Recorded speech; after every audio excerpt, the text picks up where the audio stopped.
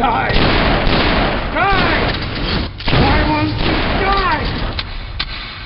Why won't you die?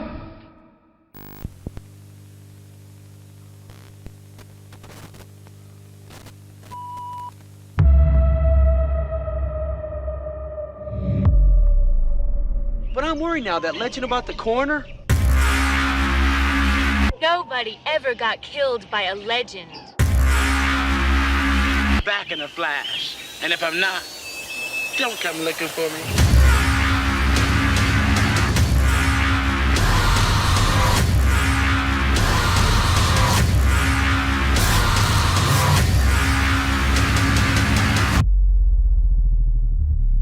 All right. You ready, my friend? Oh, yeah. Let's do it. Let's do this. Let's do this, man. Woo. Why Won't You Die? A horror podcast. Guys, we are back on YouTube. We are on Spotify, Apple Music, wherever you guys are listening to your podcast streaming service. Man, thank you guys so much for checking out another episode. Q Reviews in the building. How you doing, my friend? Oh, man, I'm good. Would you? Yeah. Well, Why Won't You Die? What did you have me watch on this one? You know what I'm saying? What did you have me watch? Yeah. Bro, let me tell you something. Let me preface this, okay, guys? If you guys didn't know. So usually I ask you at the end of each episode, what do you want to watch next, my friend? And we had something kind of, we were in the talks of watching something else. But then I just jumped on at that exact night. We're talking about the night that we had finished doing the Warlock shit. Oh, okay. Yeah. By the way, a lot of people were like, man, you guys are tripping. Warlock is the shit. So, okay, got some Warlock fans. Yeah. Shout out to the Warlock fans out there. Shout out to the Warlock. Rest in peace once again, Julian Sands. But I jumped in bed, man, just chilling out. Threw on Tubi because Tubi's got to be my newest favorite streamer, bro. Especially when it comes to the horror movies. What the fuck? Why do they got all the fire horror movies, bro? Yeah, the fire bad ones, or for the good or bad. Sometimes we have classics on there too. Yeah. Oh yeah, so for sure. Damn. So I'm kind of just scrolling through, and I'm a sucker for a crazy, especially 80s, 70s, 80s, even 90s sometimes, horror cover. You know what I'm saying? Because that took me back to like the days of the video rental spots, right? When you would walk in on a Friday, Saturday night or whatever, get your couple of movies, and that was your weekend. And you would base all this shit on a cover. So when they come with these retro covers, like from Arrow Video or Vestron or whatever, they're putting out all these re-releases of horror films. And that's what I saw up on Tubi was Doom Asylum. And the craziest cover, you remember seeing it? I mean, it had some guy with like a blade saw or something. I don't know what he had, some kind of saw in his hand, looking like a maniac. Oh, but, yeah. But I started watching it, man. 10 minutes in, I'm like, I messaged you, bro. I'm like, dude, bro, change of plans. We got to check out Doom Asylum. You're like, all right, I'm going to check it out. And then you're like, what the hell is this? Oh, bro, it seemed like I've seen it before because this is like in my faint memory, but I probably don't remember. It's probably one of those the ones I rented. And then I started like, what the fuck is going on here, bro?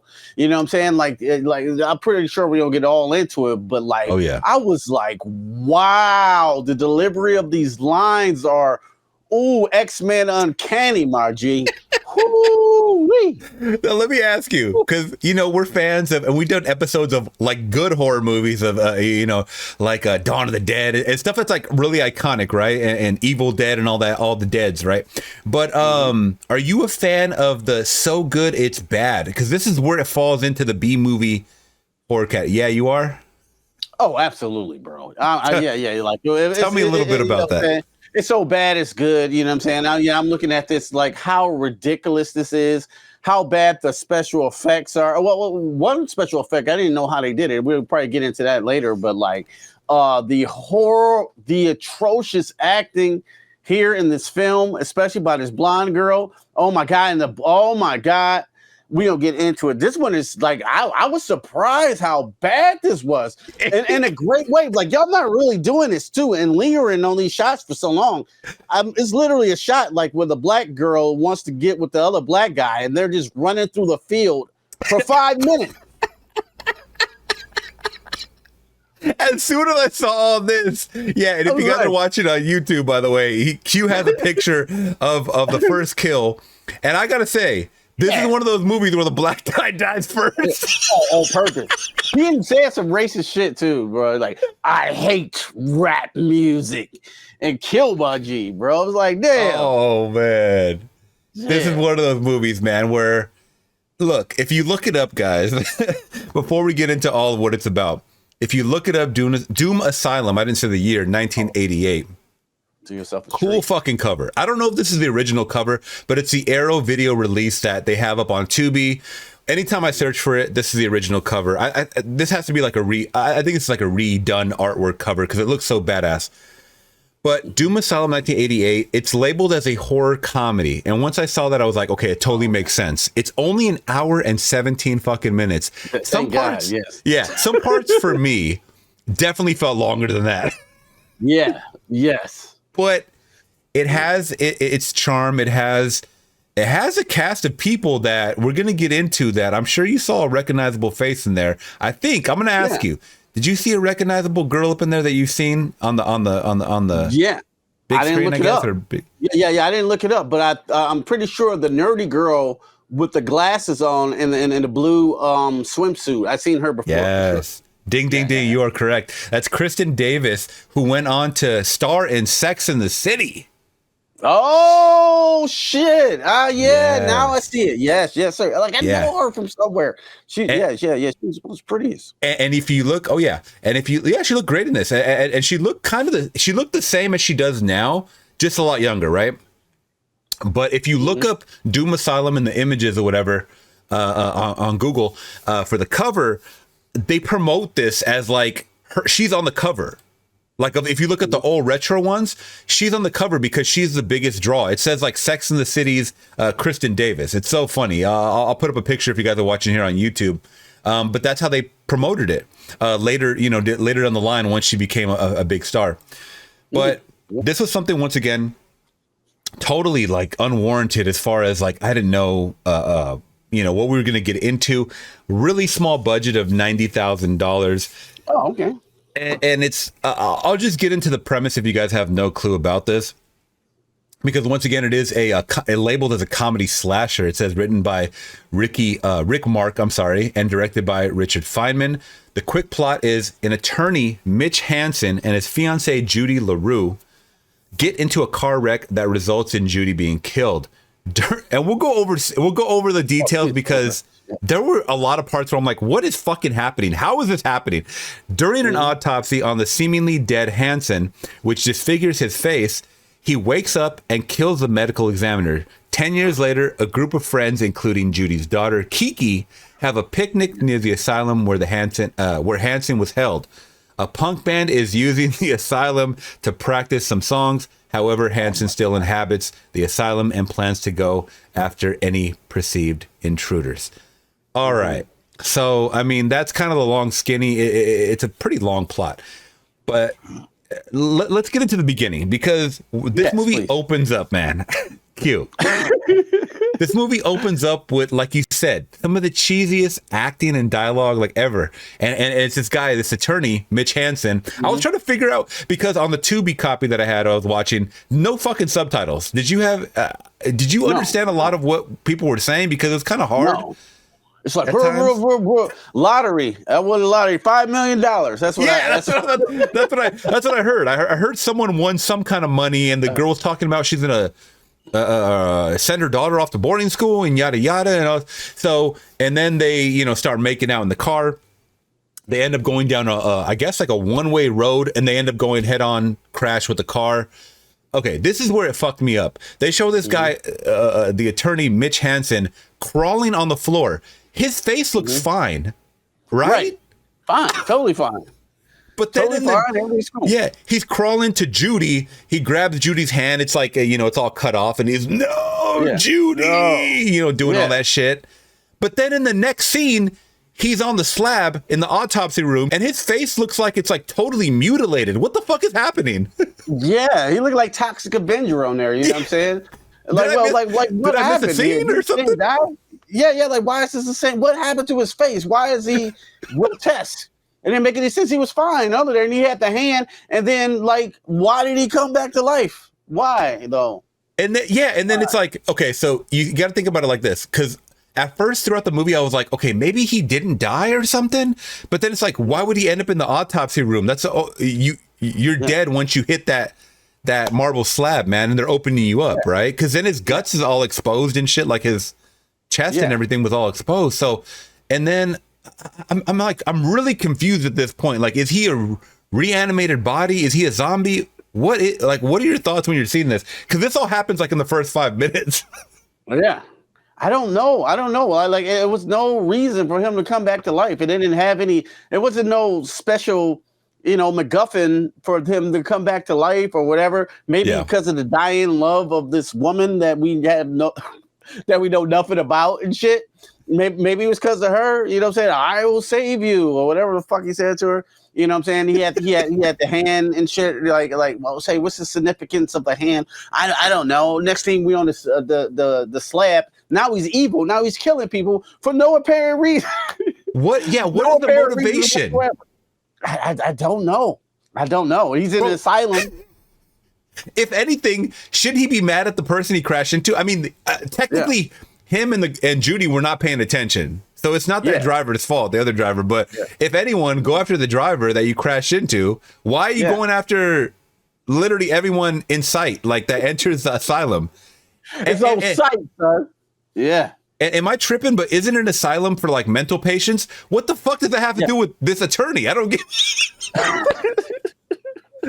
What did they just take him to the hospital? I don't get what happened. Yeah. Why did they take him to the hospital? Like, why is he in this bed of asylum getting an autopsy on him and shit? It don't make any sense whatsoever. Yeah. So this whole beginning didn't make any sense of why he comes back to life or how he comes back to life. What is he? Why is his face grotesque? What happened to the girl? Why she didn't come back to life? Just him on some type of vengeful mission with no vengeance. So weird. It's so fucking weird. It's like. I understand that the company or whoever was behind this, they wanted to make something that had practical effects, and I think that's when I kind of got sucked in. Once I saw that, okay, maybe they were trying to go the practical route, and obviously, I mean, this is the late '80s. Horror is still definitely killing it. No pun intended. And on a $90,000 budget, you got to do what you got to do. I mean, you kind of got a lot of cast members in here, so I'm sure they didn't spread the money out. I'm sure a lot of these actors, quote unquote, this was like their first gig. They're just doing it for the free. They're doing it for the love. Yeah. And I kind of appreciate these like super low budget, like trauma style movies. Yeah, you know what I'm saying? Mm-hmm. That's what kept me watching. And then these doctors that are like working on him were the weird dude. You got a doctor with glasses on first. He has like some Ray-Bans on. And what was up with this dude? Oh, my boy. Yeah, well, no, not that guy. No, I'm saying, what was up with this dude with the Ray-Bans? And then, like, the person that he was mentoring or something, the two doctors that were working on him, this doctor kept like wanting to like vomit. He's like, oh, why are you in the autopsy room? I don't get what. Yeah, the motherfucker, this is your job, son. Like, you know what I'm saying? You can't handle this, you know what I'm saying? I don't know. And why is like in the autopsy room, when he eating a sandwich too, or maybe I'm dreaming this? I think so, bro. I think he was. Like every time, he had like some food in his hand. When you're a cool autopsy guy, you always can eat a sandwich because, like, I'm cool with this. You know, I can eat a bologna sandwich while I open up a body. You know what I'm saying? It's Return of the Living Dead. I'm pretty sure the guy was eating a sandwich or some shit like that, right? You know what I'm saying? Also, they're always they do that. Didn't they do that in one of the Friday the 13th, the early ones? Like, yeah. He was like, they brought in Jason or something, and he was eating like on top of the body. Yeah, always a sandwich or something, like, and they put it right on top of it or something. You know what I'm saying? Why it's like a trope now. You see, if you're an autopsy guy, you got to be cool enough to wear Ray-Bans and eat a bologna sandwich in front of your dead body. Other than that, you know what I'm saying? You ain't about this life. I want to say that's a moment. So long story short, you know, he pops up and he ends up killing these two doctors. Not even crazy. Like, he just ends up stabbing him with like it looked like some kind of box cutter or something. He just like stabbed him with a box cutter, and they're like, "Oh no!" And it was really bad, dude. Anti-climactic in the mug, yeah. Oh yeah. And then the guy still has the glasses on, and as he's getting stabbed, just like just getting hit. It was so bad. Oh yeah, that's because he ran to the corner and said one of the most cheesiest lines. I can't think of it verbatim right now. He was like, "Oh no!" Please, no.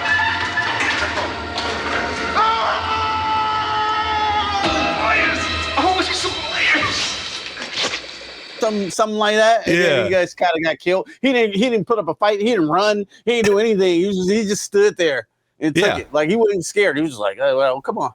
This is my part of where I die. I want to say at this moment, this is when I was like, I reached for my phone and I text you. I go, we got to talk about this crazy shit. Hey, a quick side note. I enjoyed this movie immensely more than that Voyage to Demir that came out with Dracula on the ship. I'll just say that. I saw that this morning, dude. Your out of theater reaction. That sounded pretty. I mean, it just sounded pretty boring, is what it was. That's what it is. Yeah, because I did start watching. I did start watching Jeremy John's review on it. He kind of liked it, but he was saying that it was more about the acting ability of the other crewmates. I guess that was a little more interesting. Yeah, but you were saying that it was pretty CGI heavy with the Dracula, right? It was. So like they try to do some practical. I can tell, you know what I'm saying? Because I can tell the two, because I used to do both, you know what I'm saying? Yeah. So I can tell like, oh, okay, well, you're using way too much CG here, you know what I'm saying? And it's not. And they didn't give, like Jeremy John said, they didn't give Dracula any personality. He's just this thing on the ship that could be scary, but he ends up not being scary. And then these actors that are great actors, but I mean, the script don't give them shit to do. So you're just bored, like, you know what I'm saying? You got a simple premise. Dracula on the boat. Let's go. I think he was saying that Dracula was almost like a side character as he was watching it. Like it really was. It was more about the actual voyage at hand than focusing on Dracula. Dracula was that side story. You know what I mean? Yeah. The voyage was boring too. Like you watch Jaws, you can sit there with all those characters all day, you know what I'm saying? And then it's this looming presence of the shark, you know what I'm saying? But you don't get bored with those characters in Jaws. I just got bored with them. Not to take anything away from the actors, but like, yo, I enjoyed Doom Asylum way more. I took a gummy. I took a gummy before I watched it, you know what I'm saying? My girl had some gummies. Oh, shit. I was like, I'll have a couple of gummies and watch this movie. That could be... It was great. That could be like a Rotten Tomatoes review. Like, what was it called? The Voyage of what? I always say Demir, but I think it's called something else, Demeter or something okay. Like that. The Voyage of Demeter. Not as good as Doom Asylum. That could have been your review right there. It's not, no. I swear. I'm telling the truth, too. Like, it's not as good as that. I'll watch this again. I almost watched it again right before our live stream. Like, I want to see some more of this. I'll be honest, I would have watched this again too. Like I would have definitely added to my it seems like a drinking movie for sure. Like, you know, you're with some friends or whatever and you're just laughing and having good. Once again, it's only an hour and 17 minutes, so I can't complain. But back to this, we jump forward, like it said in the plot, 10 years to a group of, you always got your group of teens, right? And this one, I mean, we're not talking about Return of the Living Dead where everyone's a little different style. They all kind of seem, they all kind of have their own like little style or whatever. The first guy was hamming it up, dude. This first guy, was it Mitchell or something? Let me see if I can look it up. What's that, the blonde Ken guy? No. This guy you have in the background. Oh, the black guy, the only black guy that dies first in the movie, of course. Yeah, what was his name? I totally forget. What was it? Lamar, or what was it? Something like that? Darnell? He had it on his Darnell, it on his. Oh, maybe it was. Let me see. Because he had it on his necklace. It said it. Because girl kept begging for him. Oh, Darnell. Yeah, you're right. Darnell. She was so damn thirsty. Like, man, she was that thirsty? You ain't even met him yet. You know what I'm saying? Yeah. Y'all daydreaming about each other. You know what I'm saying? And let me tell you. Yeah. This guy was so in the forefront too. Like, as far as like, I thought he was going to be the leader for a little bit until the Ken popped up. But Darnell popped up and he was like kind of like saying all the shit for the group, you know, like they were some cheesy ass fucking lines too, like that he was saying. I was like, God damn, this is really bad acting, dude. I loved him. Back in a flash. And if I'm not, don't come looking for me. Yeah, I loved him though. I wanted to see more of him. You know what I'm saying? Like, yeah, you could have kept the movie a little longer because he was so bad. He was so entertaining that he had a motherfucking like a banana jumpsuit on. You know what I'm saying? I have never seen nothing like that before. He had like a short set. It looked like those bananas, like when we was kids, that cartoon. You know what I'm saying? Like they like full bananas and they be in pajamas. I don't know if you've seen that visual. We'll probably pop it up when we see it. But oh yeah, man, I'll put it up. Bananas and pajamas. Man, that outfit was amazing, bro. And he was so cheesy. And then he was bad, but then his girlfriend, supposedly girlfriend, was even worse, bro. Like, I'm gonna have to put Darnell, I wonder if we'll have children. Oh my goodness. The humping scene, remember the dream scene with the humping? Oh yeah. Yeah, that was what, the air. That's what I'm saying. Like, you had some, and I understand now watching this movie. Like, once I got towards the end, or not even towards the end. I mean, like 20 minutes in, I was like, okay, they're making this has to be satirical. This has to be satirical, man. And I mean, just based on like the punker girls that we get, which is another whole thing that we can get into because god damn, everybody was so fucking different in this movie. Like, you know, can we get into the music they played though. Let's get. Yeah, let me know. Which? You want to talk about the punk girls music? Yeah, let's talk about it. So, go ahead. Why did it last so long?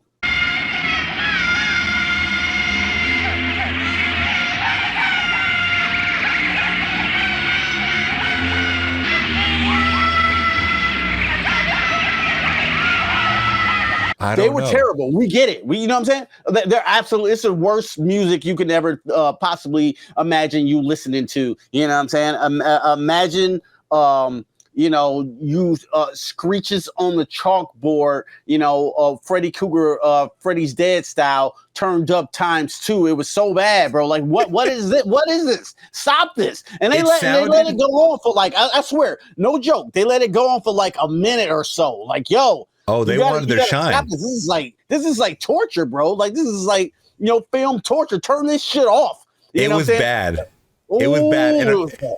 And our lead singer girl, I got to pull up the IMDb, but our lead singer, the blondie, well, I mean, they were all, you know what's fucking weird? I'm going to jump to the end of it, but the blonde hair girl with the mohawk, the one that's in the band, she goes to another girl and she goes, I never thought I'd save a blondie.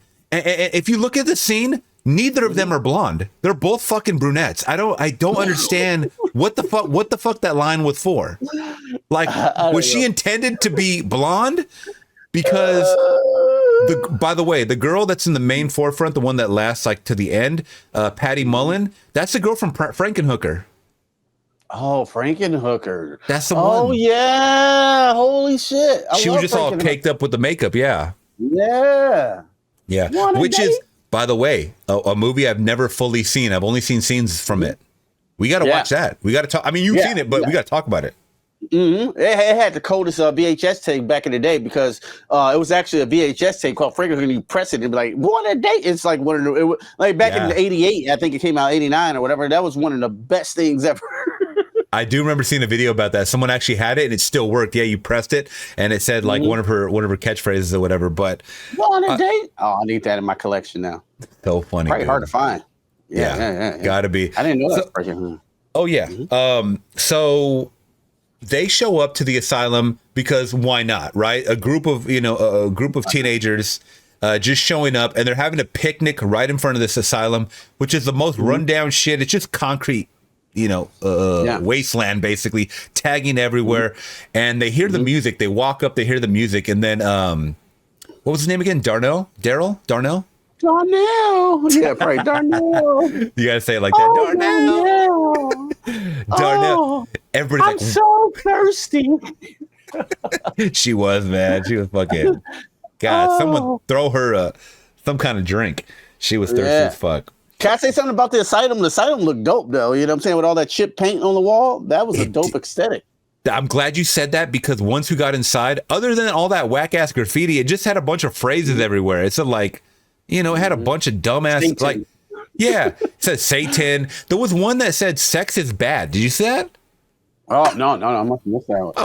I feel like someone just went in there, like the crew, and they just started spray painting a bunch of phrases in there, and just a bunch of dumb shit. But they should have left it the way it was. But I love the aesthetic. I'm glad you said that because that was the first thing. Like towards the middle of the movie, I was like, this surrounding is really dope because it's like a real asylum, bro, or like a real, at least a hospital, because they had a room where there was like an old church or something. Because you know, in I believe in hospitals, at least most of them have like a place to pray.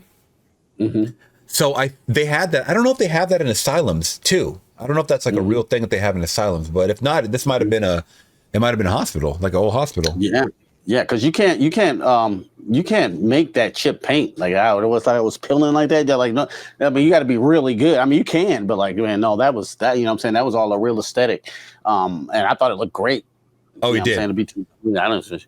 It absolutely did, man. Then let me ask you a real deal question. Do you think with the $90,000 budget, they got permits to film there? That's a great question. That's a great question. They had to. I'm thinking. So? I don't know. I don't know. I don't know. But like, I'm thinking they did. I don't know, man, because it was so guerrilla style filmmaking. They might have just went up in there because they didn't have lights that part. My boy Darnell, I remember he was walking through the hallway, son. Yeah. And they didn't light him. And you talking about this motherfucker was like Don Cheetah to the second power black, bro. Like what where is this motherfucker? Oh, he looked like the Invisible Man. All I could see was his yellow jumpsuit, son. Like this motherfucker was shit. Like, there's his head because he smiled. That's the only reason I could see him and shit. Like y'all didn't put a light on him. Y'all can put a light in his face and shit. Like, yo, he's walking this dark ass hallway. You ain't gonna turn the ISO on the camera up, so dog, we can't see this dude. You know what I'm saying? That's the kind of budget they're working with. Like Charlie Murphy said, he goes, back then we were the darkest motherfuckers next to Wesley Snipes. And he was a dark motherfucker, you know what I'm saying?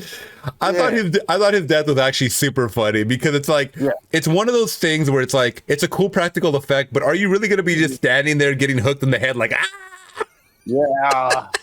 Yeah. And what was the line darkness? What was the line you said that the killer said? Rap is what is something about a rap? I hate rap music. I think he had said a rap before then, like some old school rap, like some Melly Bell shit, like a hippity hop, hip hop to the doop top to the bang bang boogie or some shit like that. The asylum trick goes flick, flick, flick. I flick my bit. I eat my tick, tick, tick, tick. Honey, all you had to do was say no. I hate rap music, and don't call me honey. And then the doctor came back like, he's like, that was bad. Rap music. I'm like, oh, okay, cool. God. Just a rap. Damn, I was mad because he dissed rap music, and he was the first black person to die, and he was so bad that I wanted to see him on screen some more. You know what I'm saying? I was like, damn, he out of here, son. I would have loved to see some more Darnell. You know what I'm saying? No, I hear you. Yeah, he was a character, man. He definitely was like he set the tone. He set the tone for bad acting to come because everybody after that had a pretty rough time. I will say that. Yeah. Maybe the girl from Sex and the City wasn't that bad, but they were all kind of hamming it up. They were all hamming it up, man. I mean, like she was no thespian in that role, but she was like, you know what I'm saying? She was the most believable character with her acting in that whole entire film. Yeah. You know what I'm saying? Yeah. Yeah, but I mean, once again, the band's playing some terrible music, by the way. This is, and like you said, it went on too long. I'm getting the memories coming back to me like it's a fever dream, dude. But Doom Asylum, this music was, if you want to even call it music, they're screaming on the microphone. It was almost like what the hell is that girl's name? Yoko Ono. You ever heard Yoko Ono's music? Was she just screaming? It was like that. Yes. I might play a clip of that. If you're on YouTube, I might play a clip of that right here.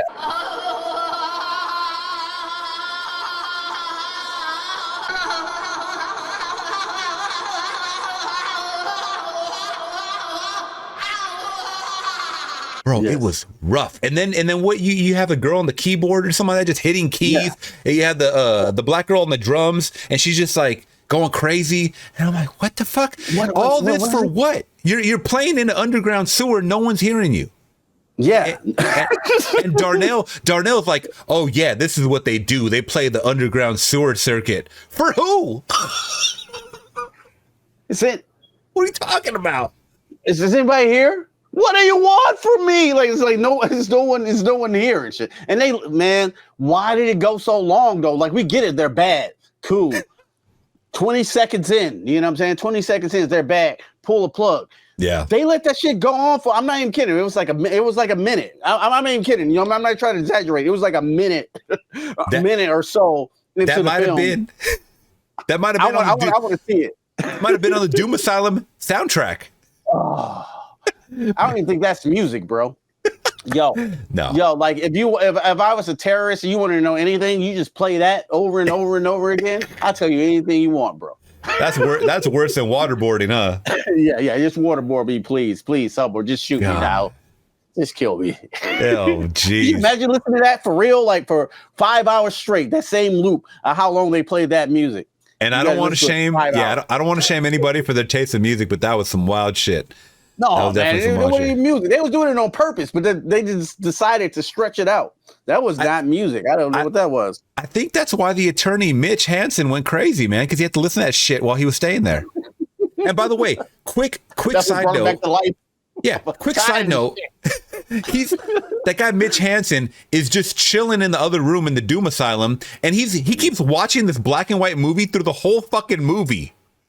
Right. Bro, what was the black and white movie about? I was so angry after. I was like, I'm watching a movie within a movie. And they let that shit play on for too long again. Like, damn, this is a whole clip of whatever is going on in this black and white movie, this Bela Lugosi shit. You know what I'm saying? We got to watch this for like 2 minutes long. And this movie's better than your movie, son. You know what I'm saying? So we got to watch this. I don't know why. How does this correlate? How does this correlate to this movie? It didn't have anything to do with the current movie that we were watching. Nothing. You just think this is cool. You can just insert this shit in here. We're like, oh yeah, it's this artistic direction. That's no, it didn't make any sense, bro. You just cut this movie in here that the dude is watching, and it don't make any sense. Just like him coming back to life. I don't know. Exactly. I don't know. But I'm still loving it though. Oh yeah, I was still loving it. I think they just wanted some filler, but it was like too much filler because I want to say in that third act, they literally play like 4 minutes of the ending of that black and white movie, and I'm like, yeah, bro, are you really trying to compare yourself to some kind of Universal? I mean, it wasn't a Universal monster movie, but it was like around that time of some kind of monster movie or something.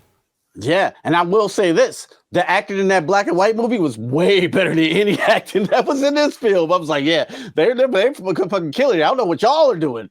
You know what I'm saying? It's super bad, but I still like it because it's so bad. I'm laughing at it. You know what I'm saying? But like maybe that was their intention. So what's their excuse? Maybe they try to bring it back. I don't know. Maybe they try to bring it back to seriousness with the black and white. It was like 4 minutes of that shit at the end, for real though. Like we're not even kidding. Oh yeah, it was like 4 minutes of that black and white movie. I was falling asleep. I was like, what does this have to do with anything?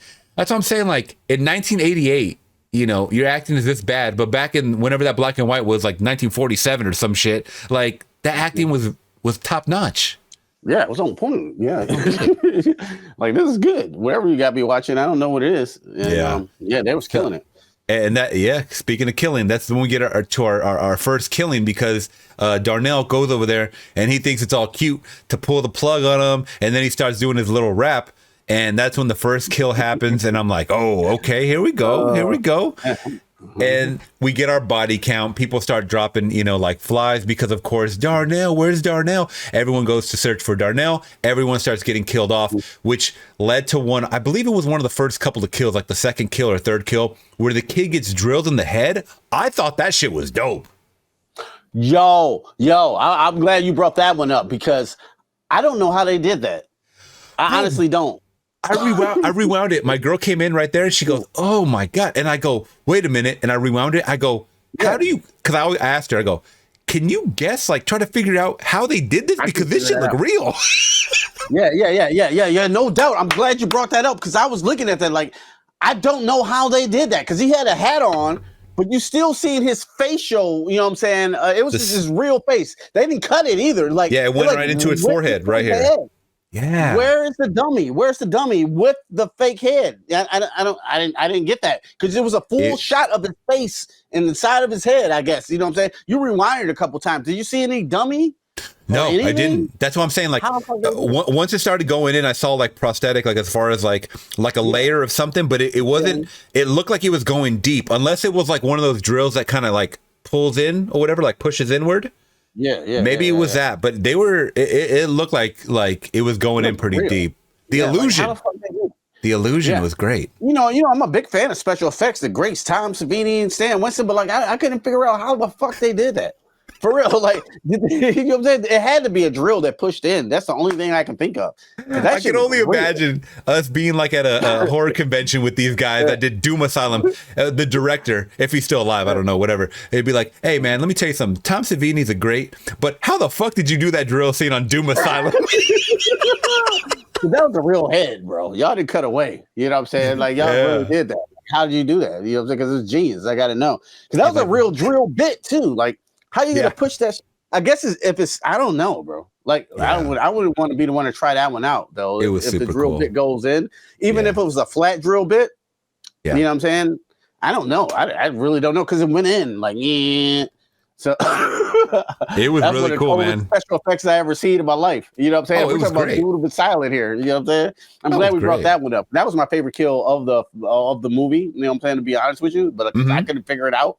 Yeah, I was like, that looks amazing. I'm ready to laugh at this shit. Now I'm fucking puzzled, perplexed. Exactly. Yeah. So then we just get from there, man. We get our kills off and off. Do you have a favorite kill, or do you remember any memorable ones you want to talk about? That drill for sure. That drill is my favorite kill in the movie because I didn't know how they did it. I still don't know how they did it. I got to know. You know what I'm saying? That's high level, next level shit. You know, there's no CG at this time.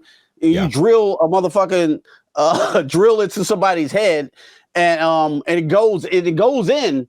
I just don't know how they did it. You know what I'm saying? Like, it's no cutaway, it's no dummy head. You know, it's no like forehead prosthetic. You cut here. Right. No, he was screaming while the blood is going down his face while the drill is pushing it into his skull. Unless you really killed him, y'all got to explain this to me. So yeah, that's my I think they might have really killed him. I got to explain that one to me, bro. How about the one with the girl from that I just read? The girl from Kristen Davis, the one that goes on to be the Sex and the City star. How about her kill, man? When they did that drill, I'm not sorry, the blade like on the side of her mouth, that shit looked crazy. Yeah, that was good too. Yeah, I mean, obviously that was like a cutaway. That's actually on the cover of the Arrow. I'll put it up right here. The cover of the Arrow video release. It shows that little. I don't even know what you call that either. It's like a circular blade. But he was just chopping into her mouth. I mean, obviously it's a dummy. They just cut away. It was cool though, like because it's like they kept on that shot so long, and it just was like tearing into her mouth.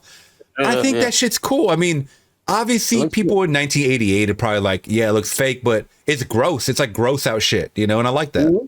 Yeah, we're in error. I like that kill too. And I want to say Doom. I think Friday 13th stole a kill from Doom Asylum. Really? Yep. Really? Wait. Yeah. Friday the 13th, the original? No, Friday 13th. One of the movies. I think Jason X stole a kill from Doom Asylum. Now that I've seen it. Which one do you think? Yo, when he took her head and stuck it in that freezing shit, remember? Or the acid or whatever it was? Oh, it was some kind of acid, yeah. It's almost verbatim the same scene, like do. And but he didn't slam it though. He ain't slam it though, but like I think they got that idea from you know what I'm saying, Doom Asylum. That's just my, interpretation. I'm like, that's the same thing. What's interesting is that when he pulls it out, it looks similar to the frozen face, like in Jason X a little bit, where, it's kind of eating away at the skin. I like it more in Doom Asylum because you see the flesh all melting off, which is hanging. Yeah. Now that we're on that kill, by the way, that's one of the singers in the band, which I could not figure out this girl. I think she might have been in the one on the keyboard. I could not figure her. Was she had a keyboard or a guitar? I don't even know at this point. I gotta look up a picture. She's not the terrible blonde and the worst actress in the film. That blonde one. There was a drummer, the singer, and then I don't even remember the instrument the other one was on. I thought it was a keyboard. I could be wrong, but you're right. She had an accent that I was trying to figure out what the fuck she was saying. Like she had a really thick accent, right? But then she's fighting with the I'm just gonna call him the Doom Asylum killer. She's fighting with Doom Asylum in the bathroom, and she's over there saying, I voted for, I'm a Republican. Did you see that part? Or hear that? Yeah, it was weird. Yeah, that I was like, what? weird. What are they Yeah, he doing started there? talking politics. The bitch started talking politics while she was getting killed. You know what I'm saying? Like, well, what's going on? Like, why? Like, you're not pleading for your life. Please don't kill me.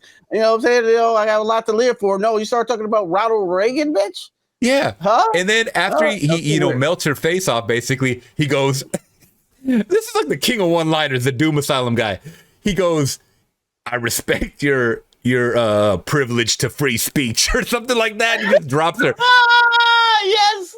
I was like, this is so confusing. This is so confusing. Oh, it's so terrible that it's hilarious. Now, horror comedy makes sense too, because I was looking at it like a straight horror. Like, what you got me watching? Oh, like they really trying here, or this? I couldn't tell. You know what I'm saying at first, because this shit is ridiculous. This must be the worst filmmaker ever. You know what I'm saying? But At this point, yeah, I would say at this point it's all satirical. Like I could totally I was totally having fun with this movie, man. I was having a good time. Yeah, I mean everybody. You know, all the ladies running around in bikinis. I mean, you got all the cheesy one-liners. You got, our main Ken doll acting all stupid and shit. Which, by the way, Ken, man, he gets his toes chopped off, dude. Yeah. The one little piggy, yeah. This little piggy went to market. This little piggy stayed home. That was like hard to watch. Actually, I don't know why. That was like some Saw type shit, huh? Yeah, they showed it too. Like, you know what I'm saying? So like, the gore factor in this movie is up there, bro. Like they were doing it. By the way, did you notice in that scene where they got him on the slab again, on this device or whatever? Where I was trying to figure out. Oh yeah, he had plugged them full of anesthesia. That's what it was, because they couldn't move. Remember, they were just kind of limp, just laying there. So he's laying, Ken doll, laying on that slab, and he can't move, and he's totally like he's dry. He's not sweating, nothing. And then as soon as that guy pulls out the the little shears or whatever, they cut back to the Ken doll, and he's drenched in sweat. Go back and watch that. There was no progression. There was no progression on the sweat. He's soaked, like he just fell in the ocean. He seen them shears. He started shitting bricks, bro. Oh, I gotta go back and watch that though. Like, he was drenched in sweat like that. Ken doll, bro. Yeah, I would too, man. I won't lie. I would too. I mean, that's one thing, man. Is I can't do. If you're gonna shoot me, but don't be cutting off pieces of me. I can't fuck with that. Like limbs. Like what's the other thing? Like what bothers me in horror too? That's like I just can't do that. Like teeth horror. I was like, oh man, I don't know. When they pull out teeth, you talking about? Yeah, teeth. Yeah, like pull off teeth or something happen, or fingernail horror, like in Store Echoes. It's like, I'm talking about like it's fingernail on wood and it just kind of breaks completely off. That always messes with me. Like, ow, ouch. Yeah. We gotta talk. Cheese grater is the worst, man. Talk about Evil Dead Rise. Yeah. Let's talk about this real quick. There's a scene when the lead singer of that band, whatever the fuck it was called, the one that roams the sewers and shit, but which is crazy because they have a look that they could definitely go mainstream. I'll tell you that if they tried. But if they want to be in the sewer, that's fine. Okay. They fucking perform for the Ninja Turtles and shit, son. You know what I'm saying? Right? And for fucking Toxic Avenger or something. I don't know. They rock it out. Yeah. It's our bitches. Maybe for Michael Myers and Halloween Ends. I don't know. Yeah, Michael is he get up like this and shit. Like, hell, play it again. You know what I'm saying? There's a final fight scene in here where you get our attorney, Doom Asylum, and he's fighting the lead singer of this fucking band. By the way, this is the worst fight choreography I've ever seen. When she's hitting him with that pole and he has like a axe or whatever, it's some of the worst fighting I have ever seen. Oh, ever. And it's all one take, by the way. Like, not one take, but like a lot of it is kind of like on one angle, and you could tell like they didn't have enough film to burn through. You know what I mean? It's just swing and a miss. Yeah. Oh God, it was like there was a couple shots where he's like this, like he kind of like jerks it back, like he could have hit her, but for the camera's sake, like he didn't do it.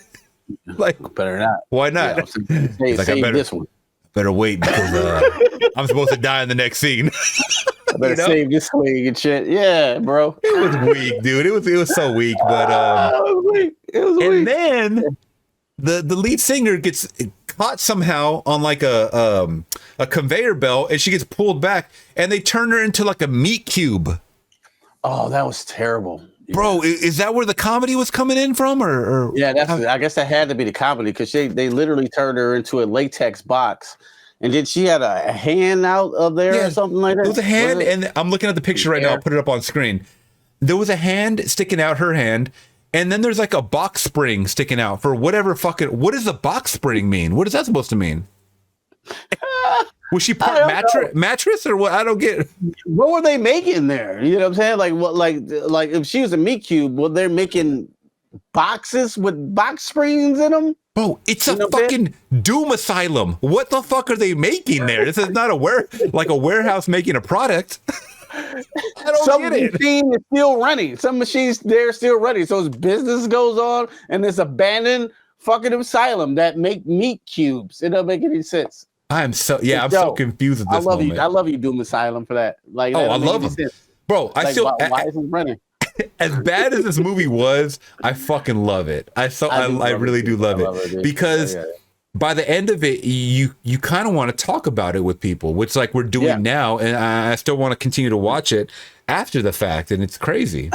Dude, I could not stop watching this thing, bro. Like this shit is, I just can't. You know what I'm saying? I just can't turn this off. This is so fucking entertaining. You know what I'm saying? That's what it was. This is so it's so bad. It's so entertaining, but like I'm messing with it. You know what I'm saying? Because it's just so out there, bro. Like y'all really did this. Okay, let's go. It was more entertaining than Troll 2, and that's a bad movie. That's a bad movie. We gotta review that movie at one point. We have to. We can do that one next if you want. So Patty Mullen, who plays Judy, our ditzy final girl, basically, who plays Kiki. I'm sorry, I'll say Judy because the attorney thinks that she's Judy, but this is where we get our twist, bro, which is the weirdest fucking thing. And did you expect this at all? So the attorney, Doom Asylum attorney, this motherfucker thinks that this girl Kiki is Judy. Come to find out, Judy was her mom, and she was gonna get sent to she's like, you guys were gonna send me to the boarding school. And I guess I didn't mention in the beginning, but Judy had come into some money, right? Like $5 million or something like that. Yeah. And they were gonna send her away, but it didn't happen because Judy died or whatever. But then he looked at her as Judy. But even after she explains, I ain't Judy, like he's still chasing after her, which leads to I'll talk about anti-climactic. She just stabs him in the eye and he dies or something. I don't know. And then she just walks away and then the credits roll. What the fuck? Yeah. That was so weird. That was so anti-climactic. Like, what? That's it? Did she have the mirror or something too? Like, remember the mirror? Well, it was like a mirror that had like some kind of spike on the end of it, and she stabbed him with it. That was a special item. I guess. She stabbed him in the eye. MacGuffin. That must be the MacGuffin that brought him back to life, and that must be the MacGuffin that sends him back to the afterlife. I don't know. I'm just guessing. Bro, you're giving this movie too much fucking credit. I don't know. I don't know why it worked and shit. So sure. I don't know. Ooh, that was bad. Ooh, they didn't know how to end the movie. You can obviously tell. Couldn't you have just like decapitated him somehow? Like she could have got the axe that he was using in the previous scene and somehow just decapitated him and then walked off. But once again, no resolution. More satisfying. Like, yo, are you not going to go back and save your boyfriend? He just got his foot cut off. Like he's still alive, right? He's still alive, I think. Yeah. It was weird. No, she just walks off. Yeah, that's it. Fuck him. She's like, fuck it. He's a kid. Just like the Barbie movie. He's a kid. He's a Ken doll, so we won't need to mess with him. Man, I was like, this movie did not make any sense. I totally get that, but holy shit, man! And you know what's a trip, dude? Oh, it was a ride. It was definitely a ride. I'm looking at this right here. I'm gonna throw this up on screen if you guys are watching on YouTube. By the way, I love these alternate covers. This must have been a VHS cover, but the Doom Asylum original cover. At the bottom, it says starring 1987 Penthouse Pet of the Year, Patty Mullen, and Playboy centerfold Ruth Collins. They had a Penthouse Pet of the Year. I didn't know they called Pet. I used to read. Oh, wow. I would say read, motherfucker. Yeah, you I read Playboy? used to watch. What was the articles like? I used to look at Penthouse and Playboy. But Ruth Collins, man. So they had two. I mean, I wouldn't call these porn stars. What do you call them? The centerfolds, I guess. Centerfolds. Centerfolds. Right? Yeah. Yeah. Back in the day of magazine that nobody remembers, right? It's a trip, dude. So Patty Mullen, she actually, the one from Frankenhooker, she the one. She also did. She was on the cover of Penthouse. I don't know if she was actually like on a centerfold spread or what. But I got to throw this clip up. Yeah. She's over here. Right next to, no, I ain't throwing it at the Penthouse. Don't worry. But no, I'm saying against YouTube guidelines. I'm pretty exactly. Sure. I'm not trying to get blocked or kicked off the platform. But she's over here on the right arm of Ric Flair. She must have been like a WWE girl or something. Yeah. All right. It shows her with Ric Flair. I just saw a podcast with him, dude. Hey, he's got some stories, man. Yeah. You know, Ric Flair got stories. All the wrestlers there. You can't imagine that shit. So, so this is the main, the rocker chick, the main blonde chick. No. This is the one that's our final girl at the end. Oh, the final girl. Yep. I'm sorry. The rocker girl, Ruth Collins, she did Playboy. I can see that Playboy for sure. Because she was the only one that was nude in the film, right? She did flash. Yeah, she did kind of take off her top for no reason. But I mean, you know, it's a horror movie, bro. You got to do it. Yeah, man, that's fine. You ever see Return of the Living Dead? Like, whoa, what was that? I was a little kid when I watched that. Like, oh, for no reason they just did it. For no reason, like this in the middle of the movie, like just completely naked. But I'm not complaining. Yeah, their neighbor's trash. Yeah, their name in the movie. So that's our movie, man. Doom Asylum. I mean, it ended abruptly, but I fucking loved it. I thought the practical effects were so sweet. The acting was terrible. The premise didn't make fucking sense. None. What do you think, man? I mean, what are your thoughts on this? Yo, this was one of the worst horror movies I ever seen in my life. But at the same time, I couldn't stop watching it. You know what I'm saying? Like a train wreck or like Faces of Death. Like it can't be this bad. You know what I'm saying? But you know what I'm saying? They had like things that intrigued my mind. Like how do they do that drill scene into that dude's head? I have no idea because the drill literally went in his head and then cut away. And how does that happen? Like that's like some masterful special effect shit, or they just got fumble fuck their way into doing a masterful special effect. The acting was horrible. The music was horrible. Some of the acting was just like scratching my head. My boy Darnell was over the top. The first black guy to die in the movie right away.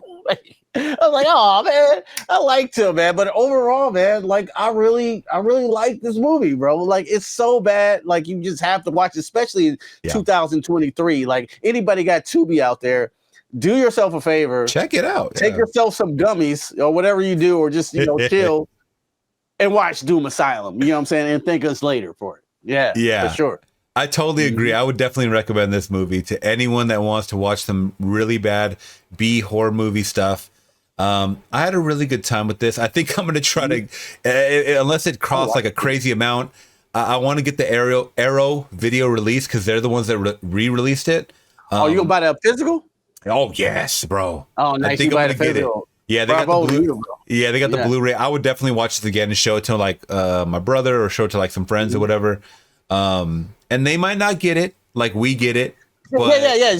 Because everybody not gonna get it. You know what I'm saying? Like like if I show it to somebody else, like what the hell is this? I'm like angry and shit. You know what I'm saying? But like we get it. You know what I'm saying? We understand the fuckery, which is Doom Asylum, and which we really, really, really, really appreciate. Especially in '88. You know what I'm saying? They can't do CG. They don't have it, and they don't have the big budget, so they have to be real creative. But they're not, and they're stupid.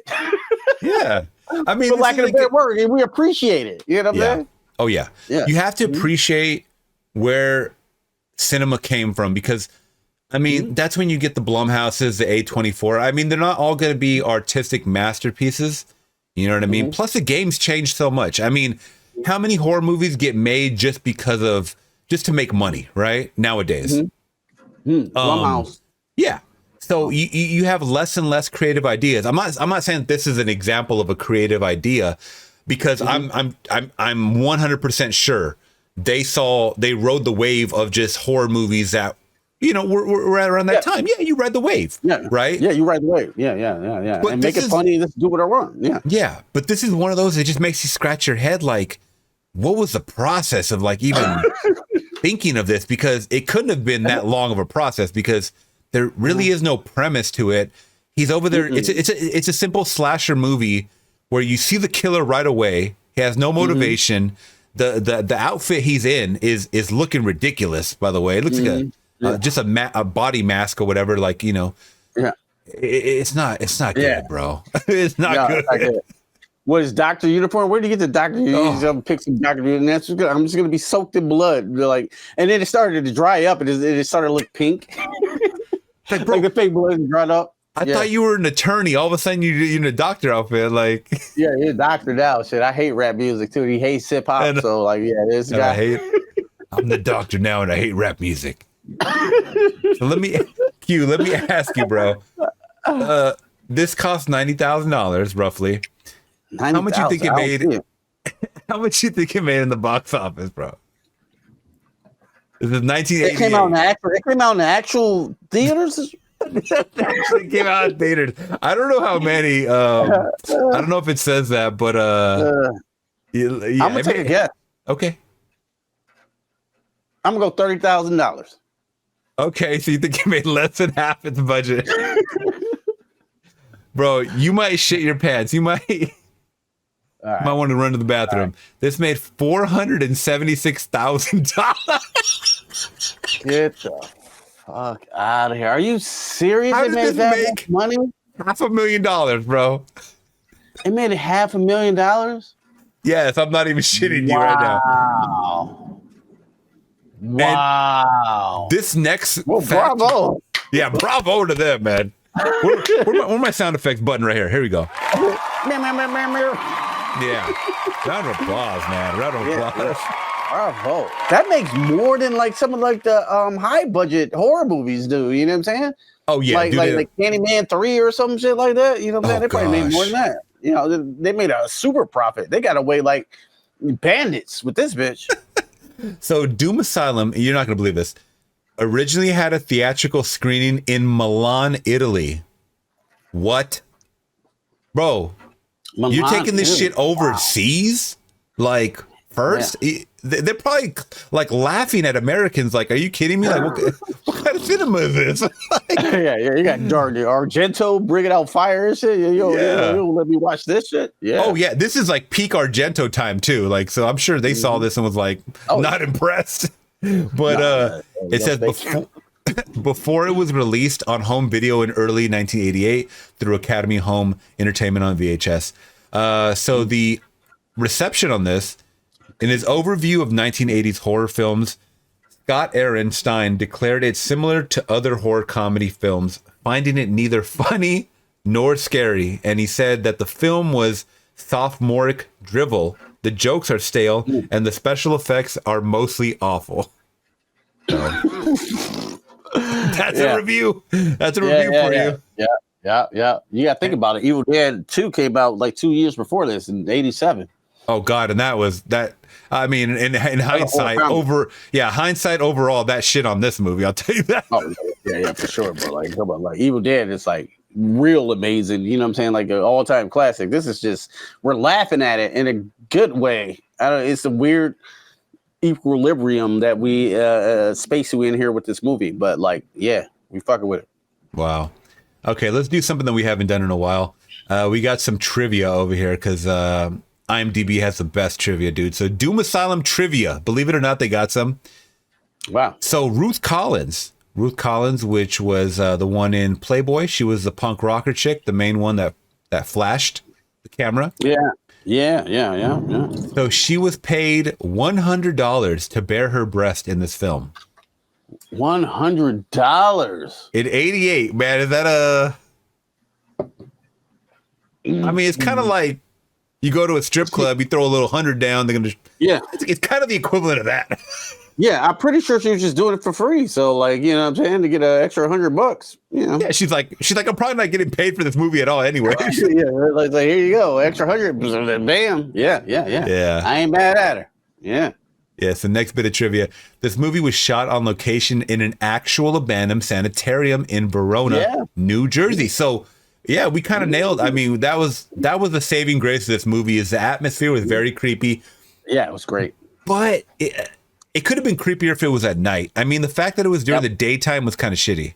Yeah, I agree. I agree with you there. Because in the daytime, it took something away. I did like looking at the aesthetic of it, but like you can tell they didn't have the budget for lights for nighttime. Yeah. You see how they lit my boy right here. You see how they lit him. Oh, you know what I'm saying, in the dark. You could even see him. So like, yeah, they didn't have the budget to light that mug at night. That's what I personally think. You know what I'm saying? They didn't spend a budget on lights at night. So that's why they shot in the day, because the whole movie shot in the day because like you use the natural sunlight to light this film. Yeah. Yeah. Pretty much. Yeah. It's kind of like, it's kind of a gift and a curse once again, because it's not scary at all whatsoever. And once again, like I said, this is the first film of Kristen Davis, who went on, later to do Sex and the City, which very successful. Still to this day, I think they're doing spin-offs on HBO Max and whatnot. What was I going to say, too, is that I want to say, I could be wrong, but in that movie, The Burning, around this time was, I believe, the debut of, what's his name from Seinfeld? The guy with the glasses, the short, fat dude? Oh, I don't know his name. He was in that movie, The Burning. I know what you're talking about. Too. He played a camp counselor, which another movie we got to talk about. That movie's fucking great. I love that movie. It's like one of the craziest scenes ever in that movie. But I forget his name. I haven't seen The Burning, actually. You believe that? No, bro, you haven't seen The Burning. That's a must. That's a must if you're a horror fan. I accidentally watched that because everyone was talking about it.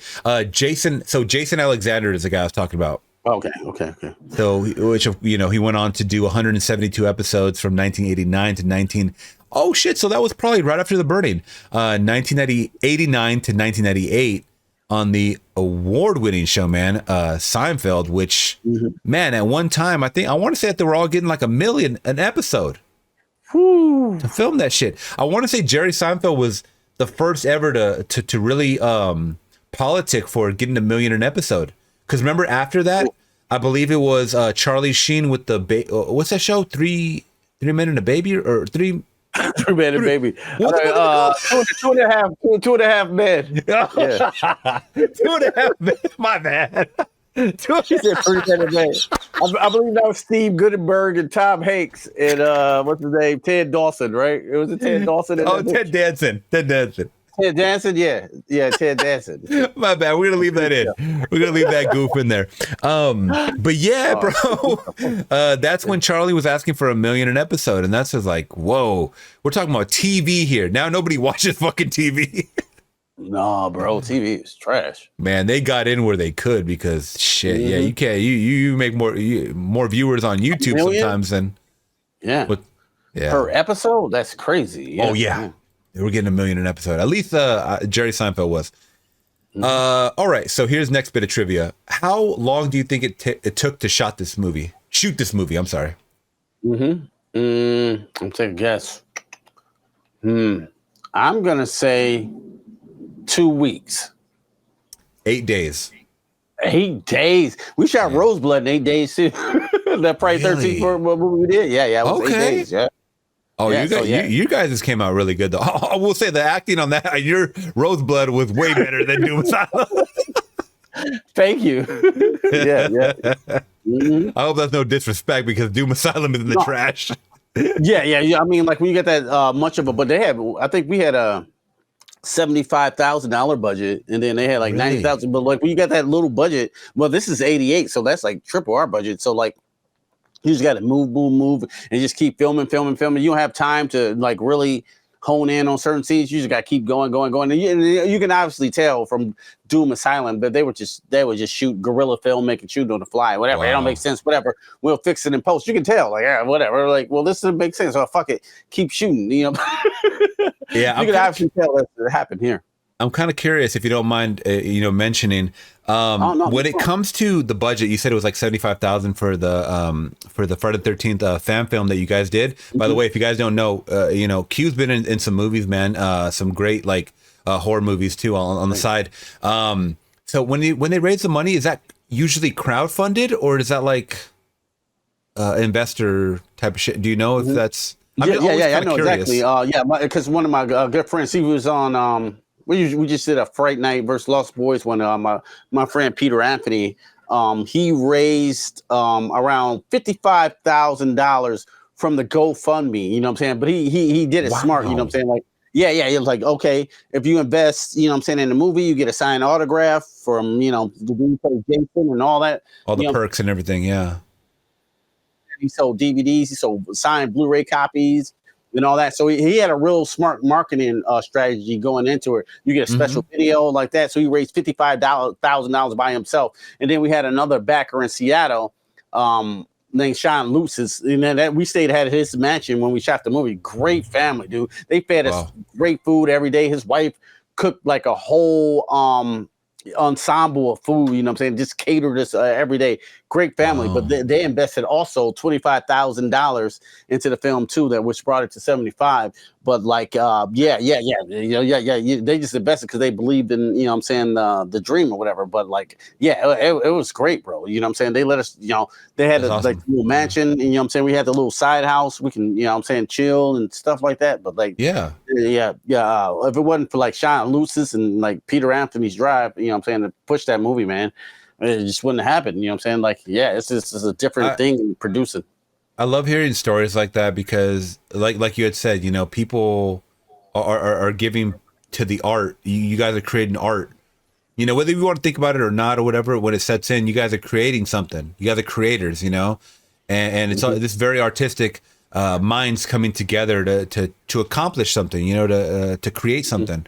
And I love that, man. I mean, and bro, we're on hard times where some people can't even donate anything. So the fact that you get community of crowdfunders or just investors, and people even giving you a place to stay or feed you or whatever, that's awesome. That's love. That's like they're giving back. That's great. I love hearing like little stories of how movies are made.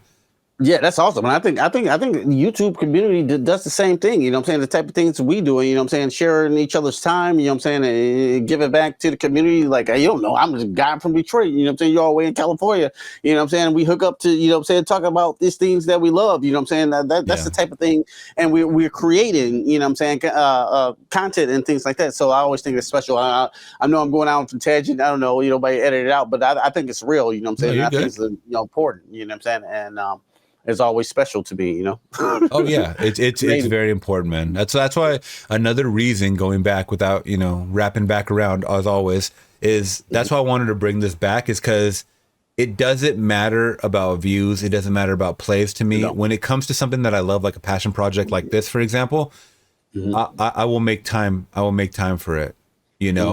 We're recording this on a Friday night. I know we could be doing other things, working on other projects and stuff like that. Eating some pizza or whatever. But yeah, man, like I love talking, even if it's a damn Doom Asylum movie that costs $90,000. I love talking about Doom Asylum. Like I'm glad we're talking about this, because this one was amazingly great and bad at the same time. But like so bad it's great. I mean, you got to be into this type of thing to understand.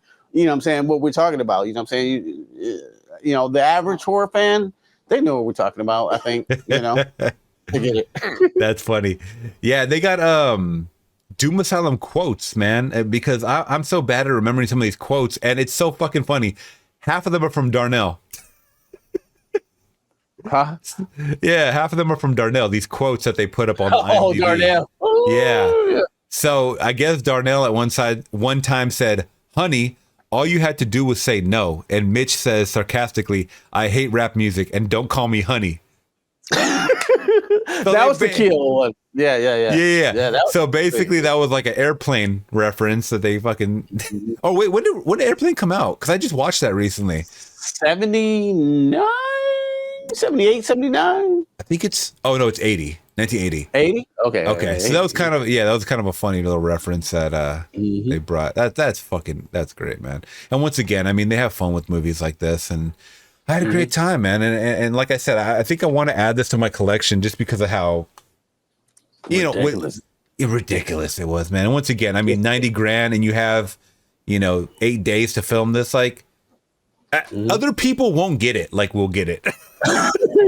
Yeah, I hope our listeners, get what we're talking about. You know what I'm saying? Like, I really we kind of gave, we get like Warlock, you know what I'm saying? Well, I guess, people like that one a lot, you know what I'm saying? We didn't give that one a high score. Like, when we look back at it, it's like, oh, well, this is kind of boring a little bit. You know what I'm saying? You know what I'm saying? It's like, I'm not really intrigued.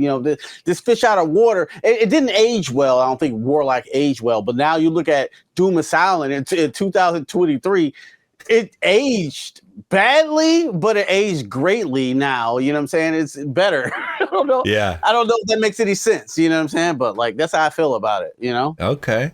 And before we go, man, let me ask you, would you have a different ending for this movie, Doom Asylum? Because like I said, it literally just ends with that kill, which I don't even know if that's a kill. I mean, you get stabbed in the eye and you're a human, you can survive. So I don't understand an undead person. I think he's undead. I don't know what the fuck he even is at this point.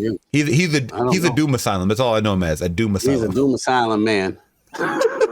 So I can only assume that maybe he's just laying there bleeding out still, and she walks away and the credits roll. I was not happy with that ending. Like I had said, I thought it would have been better if she would have just hacked him with the hatchet. Yeah. And then said something cool. I don't know, like I'm trying to think, man. I'm trying to think of a Darnell line or something. Something. Darnell. This is for Darnell. Woo. Oh, this is for Darnell. Here she could have said, she goes, I actually like rap music. Bow, and hit him. Yeah. To the hip, to the hop to the hip. Yeah, she could have said that after. The black girl. I forgot about how the black girl died and shit. I totally forgot. They showed her in the bathroom, and she was in the I guess there's a bathtub in the bathroom, and her neck was slit. Oh yeah, her throat was slit. She's still thirsty for Darnell. Yeah. She got an easy kill. Actually, you know what? I'm tripping. I take that back. He popped up behind her, and then he like wrapped a rope or a belt or something around her neck. He started choking her out, which is like, dude, she couldn't even play dead. Like she couldn't even play like she was choking. Right? Yeah. All these actors were really bad. And then when they cut to her like laying in the bathtub, she has like blood, like they cut her throat. So it's like, what, did they strangle her or did they cut her throat? I don't get it. I don't know. Choose a lane, you know? You pick and choose, you pick and choose the kills here in this film. Okay, cool. Because I totally forgot how she died. Like, okay, cool. Yeah. Change the ending? Yeah. Like, I don't know what to. Like, you know what I'm saying? Like, I don't know. This is for my mother, you son of a bitch. And like, maybe they couldn't afford the Warlock like spirit things coming out, but it don't even make any sense because we don't know why he came back to life in the first place. But like, just a stab in the eye, it really leaves it open for a sequel, right? But like, damn, no Doom Asylum 2. So like, send him through the meat machine, or something. Oh, I don't know. Like after she stabbed him, like she has to drag him back to the meat machine. The meat machine or something. Something happens, and then you get the meat machine. You got the mirror and the fucking meat cube thing or something with the box spring. That was terrible. I don't know. That was so terrible. He had to go out bad though. I think he should have went out like worse. You know what I'm saying? He should have. They should have planned that one. Like we're really gonna take him out, but obviously they didn't have no plan of what the fuck they was doing. They were just fucking their way through the ending and shit. That's what I think. Yeah, they must have run out of that budget by the end of the movie or something. I don't know. Yeah, I don't know. It was just stab him in the eye. Yeah, it was fun. It was weird. And that was Doom Asylum, my friend. That was Doom Asylum. Great one. Do you want to give it a score? I mean, I don't know if we can even score this one. I mean, entertainment factor, shit, man. Out of 5, I'm like a fucking entertainment. Like 4.5. I was gonna say entertainment wise, it's 5 out of 5. It's like a 4.5 to a 5. You know what I'm saying? But like some of those scenes did like annoy me, like the music and shit. That was like, hey man, you know what I'm saying? Or the running scene. What was the long scene with the interjecting with the black and white movies? Like, hey man, like hey, somebody here to cut this shit. You know what I'm saying? Like that was like annoying. You know there's also like. we kind of skimmed over it, but there's also that scene where that Ken doll is fighting with the lead rock singer up on the roof, and then you got the girl on the bottom. She's like, I wonder if Darnell thinks about me. And it's like, while they're fighting, like this shit is going on, and he's over there hanging off the side of the roof, and I'm like, what is happening?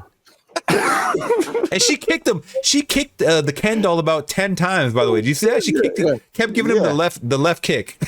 They on the roof. She could see it. She could see what's happening. Like, he was like literally one point hanging off the roof like this. Yeah. You know what I'm saying? About to die to his death and shit. You know what I'm saying? And she was like, I wonder if Darnell thinking about him. Like, bitch, you can see this shit, bro. You know what I'm saying? Like what is going on? You ain't even met Darnell yet. It don't make any sense. You know what I'm saying? So shit like that was really, really stupid. But it was entertaining, you know what I'm saying? Like the only stuff that annoyed me was like, those clips, those black and white movies, and oh my god, that was terrible. That music, I was like, oh, bro. Like, I just looked it up on the trivia. I don't have it up right here, but I remember that it said it was from the. Here it is, right here. Let me pull this up really, really quick. So it said the movie being watched on TV is called "The Crimes of Stephen Hawke," not Hawking, Stephen Hawke, from 1936, bro. You know that shit with public domain. Yeah, that's public domain. Like 1936. That must have been the director's favorite shit or some shit. I don't even know why they threw that in that. Yeah, had no correlation to the movie. Nothing. No, nothing. I can't correlate anything with the black and white film to this movie at all. Like, okay, it cuts to black and white movies. You know. Yeah. I'd really be watching this kind of, you know what I'm saying, if it was good, because the acting's better, but like, bring back some more Doom Asylum, bring back some more Darnell, son. Because I could definitely see like if they do like midnight showings of old B horror movies, this would be like a fan favorite. Like this would be like a crowd participation movie. Like people will be just like laughing in the seats, you know. Like this would be a good one to watch, I think. Yeah, I agree too, because I don't think a lot of people seen this. I think I remember seeing this when I was a kid, you know what I'm saying? But really? I didn't remember. Yeah, because certain things came back to me. Like, I kind of remember this a little bit, you know what I'm saying? It might have been when something I rented or, you know what I'm saying, and taped over back in the day, you know what I'm saying? Yeah. For real, I might have taped over it, you know what I'm saying? You probably taped over this with the original Ninja Turtles, the back in the day. Yeah, Ninja Turtles about 90. I probably taped over it with like Hellraiser or something, you know what I'm saying? For real. Did the original one come out? I thought it came out in the 90s. I mean the 80s. Hellraiser? No. Turtles came out in 90. Yeah, right. 1990. Yeah. Oh, you're absolutely right. Okay. So we were hype as hell to see that shit, son. Right on the cusp of that. Yeah, the one that I would always watch was Secret of the Ooze, the second one. Yeah, I like that one too. Is that the one with Vanilla Ice in it? Yeah, go Ninja, go Ninja, go. Yeah, that shit. They brought it back in a new one too. No. Yeah. Oh shit, man. It was dope. I mean, just a little part, you know, a little Easter egg, but it was dope. Okay. Hell yeah. All right, well, that's Doom Asylum, my friend. Thank you guys so much for checking out another episode. I know we always talk about this, but do you know what we're gonna watch next, or do you have any? I might have to have you search on Tubi, man. If you find something crazy, we're gonna watch. I was watching some crazy shit last night. I feel like anybody with an account can throw up a movie on Tubi. Everybody can have an account on Tubi too. I know. Yeah, some of these hood movies though too. You may have to talk about some of those. Bro, some of the there's compilations, guys, of bad hood movies on Tubi. Yeah, so damn bad. Yeah. We might have to put up a compilation or something like, or we're gonna actually watch all the films. You know what I'm saying? That'd be we'll check them out. If there's any hood horror movies we can watch from Tubi, we'll check those out. I did see some hood horror movies on there. I didn't know what they were though. You know what I'm saying? No. I haven't watched them. I only watched this one. But I did see some hood horror movies. I was like, what is this? You know what I'm saying? So I might be down for that. Yeah. We get into the fall season too. So like maybe we'll do, you know what I'm saying, one of the classics and one of the whatevers, you know what I'm saying? Like The Burning and The NC and things like that. Yeah. That was early 80s, man. That's where like the slasher genre was on the rise, I want to say. Oh my God. Well, that's what it was dominant, son. Like the 80s. Yeah. Mm-hmm. Hell yeah. So that's it, guys. Thank you guys so much for checking us out. If you guys are watching on YouTube, make sure to hit that big thumbs up. Consider subscribing today. Leave some comments down below. If you guys are watching on Spotify or Apple Music, make sure to leave comments and reviews. Give a 5-star review if you guys can. That definitely does help the podcast. And make sure to check us out on Instagram on Why Won't You Die Podcast, man. We are there posting all the time in the story section. And if you guys are on YouTube, I'm going to leave all of our social medias down in the description below. All right, Q. Till next one, we're gone, man. Peace. Peace. I'm just warming up, you pathetic worm! Why won't you die? No! Game over.